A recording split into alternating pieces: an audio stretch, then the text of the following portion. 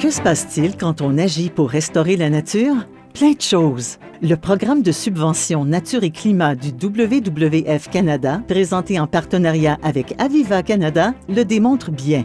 Depuis 2021, nous travaillons ensemble pour lutter contre la double crise du climat et de la perte de biodiversité, en plus d'aider les communautés à devenir plus résilientes face aux perturbations climatiques. Le programme a soutenu des dizaines de projets de restauration à travers le Canada, en collaboration avec des groupes communautaires, des organismes de conservation et des nations autochtones, afin d'appliquer des solutions climatiques basées sur la nature, qui utilisent les forces de la nature pour aider les espèces à s'épanouir, lutter contre les dérèglements climatiques et renforcer la résilience des communautés.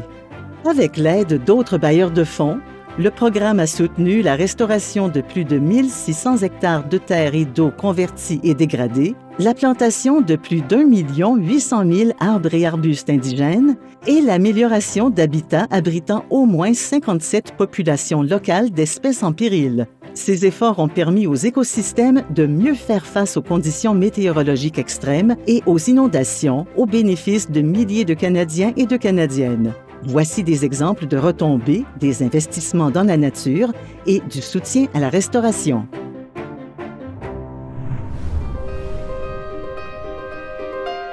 Chaque projet que nous soutenons par le biais de ce programme restaure des zones directement ou indirectement endommagées par l'activité humaine. Vous voyez ce terrain?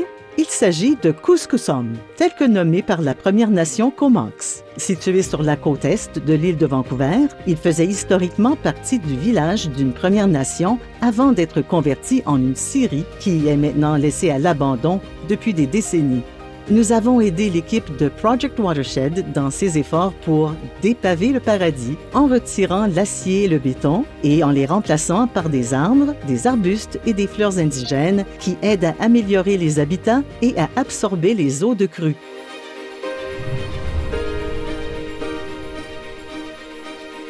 Un sol sain peut favoriser la croissance des racines, en plus de filtrer et d'absorber l'eau plus efficacement. C'est donc une arme secrète dans la lutte contre les dérèglements climatiques et la perte de biodiversité.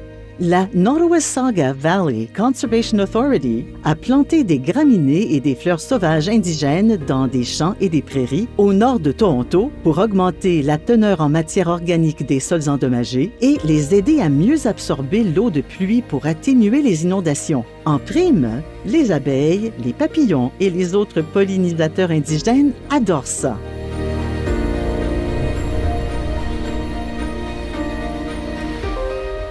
Nous savons que les arbres et les arbustes indigènes sont très efficaces pour retirer le carbone de l'air, mais aussi pour le stocker profondément dans le sol. Le Kennebecasis Watershed Restoration Committee et ses partenaires ont planté des milliers d'arbustes et de saules indigènes dans leurs bassins versants.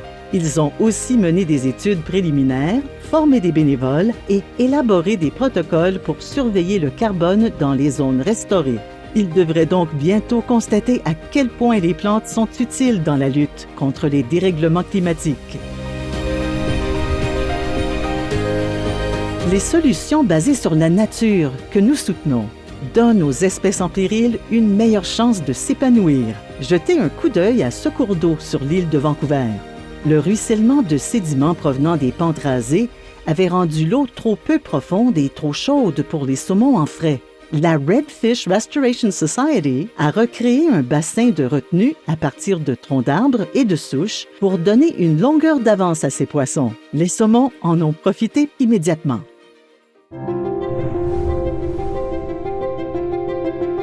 Les terres agricoles représentent une grande partie de notre immense pays. Il est donc légitime que notre récipiendaire y ait consacré beaucoup de temps. ALUS a mené des projets de restauration dans 5 régions rurales du Québec et de l'Ontario avec le soutien de notre programme. ALUS et ses partenaires offrent aux agriculteurs et aux éleveurs la possibilité de participer à des projets durables qui favorisent à la fois la restauration écologique et celle des habitats. Par la réintroduction des prairies et des milieux humides en bordure de terres agricoles, les fermes peuvent produire des services écosystémiques qui améliorent la qualité de l'eau, protègent des inondations, séquestrent le carbone et enrichissent la biodiversité. Nous Nous savons que les jeunes veulent une planète en santé. Après tout, c'est eux qui en hériteront. En banlieue de Toronto, l'équipe de Friends of the Rouge Watershed a accueilli des milliers d'enfants et d'adolescents d'écoles et de programmes jeunesse de la région. Le personnel leur a expliqué la restauration et la conservation, les a aidés à planter des arbres et des fleurs sauvages indigènes, leur a montré la beauté de leur cour arrière et leur a donné la confiance et les compétences nécessaires pour créer un monde plus vert. Alors que les feux de forêt s'intensifient d'année en année, nous nous tournons vers le savoir autochtone et les données scientifiques pour restaurer les écosystèmes forestiers et améliorer la résilience au feu. En Colombie-Britannique, la SRSS montre la voie de la restauration du territoire traditionnel Secwepemc en plantant une grande variété d'arbres et d'arbustes indigènes importants sur le plan culturel. Grâce au soutien du PSNC et de plusieurs bailleurs de fonds, en 2024 et 2025, la SRSS a planté plus de 1,4 million d'arbres au cours de 2 saisons de plantation, se rapprochant de son objectif de planter 1 million d'arbres par an d'ici 2026.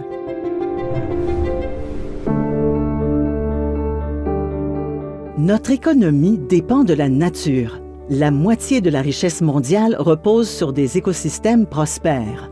Donc, face à la perte de biodiversité et au dérèglement climatique, tout le monde est perdant.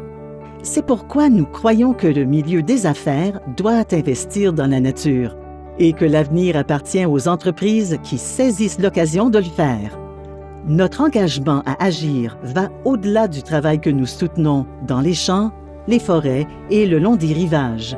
Depuis 2021, le WWF Canada et Aviva Canada ont uni leurs forces pour inspirer et inciter d'autres entreprises à agir. Nous avons même rédigé un plan d'action pour les entreprises et la biodiversité afin d'encourager et de guider les entreprises canadiennes pour qu'elles réduisent leurs répercussions sur la nature et leur dépendance à celle-ci, investissent dans des initiatives qui favorisent la biodiversité et contribuent à créer une économie favorable à la nature.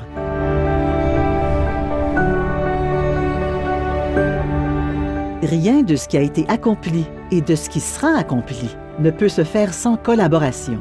Nos organismes récipiendaires travaillent avec des détenteurs de droits et de titres autochtones, des propriétaires fonciers privés, des gouvernements locaux et des bénévoles pour restaurer les écosystèmes endommagés et aider les communautés à devenir plus résilientes face au dérèglement climatique.